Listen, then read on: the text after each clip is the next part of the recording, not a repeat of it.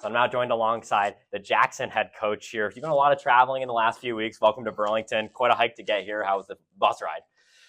The bus ride up here was pretty good. Passed through a lot of cornfields. We stopped in Thrillville for their banana ball night, and then we played in Alton last night. So when you accepted this position and being from SUNY Plattsburgh, did you expect to see any Cardinals this summer? No, I didn't until I saw your tweet that you're the play-by-play guy for the Burlington Bees, and then I looked at the schedule and saw we come up here this third week of the season or second week, whatever it is. So take me through the transition you've been through. You had the run, the conference playoffs back at Plattsburgh just a short time ago, and then pick up, move, and now be a head coach here. What's that been like for you personally? Easy transition. I've coached in the summer in the past, so the transition was easy. And being a college baseball coach, life's pretty hectic, so you only need a couple days to really wind down one season and jump into another. So how does this position differ from maybe position back in Plattsburgh or other summer ball coaching jobs that you've had? It's pretty similar to coaching in Geneva or Newark in the Perfect Game League. I think it's a lot different than, the kids I coach at college. You kind of treat this, a little bit more like professional baseball, relax. Like, I have 32 guys or so, but these aren't my players, so we're not making drastic changes to them. Like, we're not changing pitching mechanics. We're not really changing their swing at all. We'll give them little tips of advice here and there, but for the majority of it, it's just them getting the reps, them getting innings on the mound. When you're coaching college baseball in Plattsburgh or probably at any other college, you're living and dying by every pitch. Here, you just kind of stay even keeled, knowing that you're basically playing every single day. So you can't really let it affect you too much. So let's focus on this group that you're coaching right now, talking about the strengths and weaknesses of them. Definitely strengths. We've been playing pretty good defense up until a few games ago. Pitching staff, that's one of the reasons why we're 6-2. The pitching staff has been really good. We've been fortunate enough to be going deep into games. Like, we have a 95 pitch limit, and we're basically throwing into the 5th and 6th inning every day with our starter. So that really helps the bullpen out a lot. We do have some very good hitters, but it's taken a little bit of time to get going offensively. Like, there's been some games where we've scored 11 runs, 10 runs, but it hasn't been too consistent. So that's what we're kind of trying to focus on a little bit. But the defense has been good, and the pitching staff has been pretty phenomenal so far. So you guys are on a big heater, like you said, right now. What's working specifically well?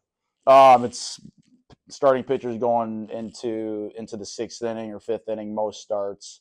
That definitely saves on the amount of pitchers we're using in the bullpen. And fortunately enough, two of those 6 wins we've gotten the opposing team starting pitcher out after the 2nd or the 3rd inning, and now you get into the other team's bullpen. And generally that might be a weakness for some teams. And then, if they got to use 4 pitchers to finish out a game, that definitely helps you win some games. What are the points of focus for this kind of 2-game set you have here in Burlington today and tomorrow? Oh, we haven't really talked about too much. Like, my main focus is trying to get the offense to be more consistent, stringing together more quality at bats. It's the same thing I talked to my guys at Plattsburgh State about: not giving away outs, not giving away at bats. Trying to generate games where you're getting 7 or 8 runs to kind of keep the pressure off of our own pitching staff. With over a 50, 60 game season, if the starting pitchers know that, man, they got to go 6 innings every time, and they might only have to give up three runs to get a win, that puts a lot of pressure on it. So we're trying to take the pressure off of our pitchers, provide them some run support, and so far we've done that.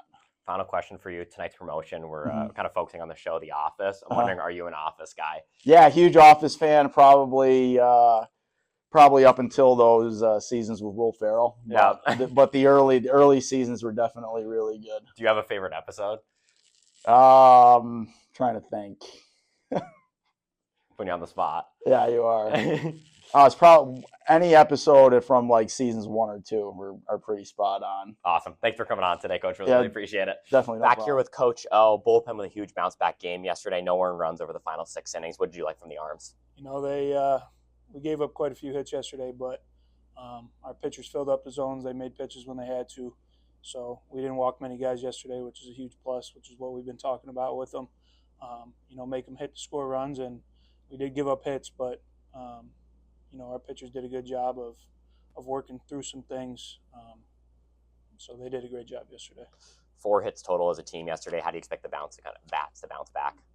You know, I just had a nice little talk with the guys down there. So, you know, I think them being a little more locked in today, making adjustments throughout the game, each at bat, each pitch is going to be something that, you know, I hope to see today. Kind of being at Community Field for the next 2 games, a bit of one of the bigger homestands of the year. How's important to kind of be in front of the fans tonight and have the environment? You know, we want to give the fans a good show every time we're here. So, you know, we really try and win every game at home. You know, I talked about that to our guys. You know, we want to give them a good show. We're at home, make them come out here, want to be here, and want to see our guys play. So, you know, we really enjoy the fans we got here and the crowds, and you know, we want to give them a good show every time we're here. So you're playing a team all the way from Tennessee. What are your thoughts on Jackson? You know, they've had some players in the past. I know last year was their first year, but you know, they're kind of rolling right now. So, you know, we got to go out there and play some good baseball and make pitches and get quality hits when we can and do our job.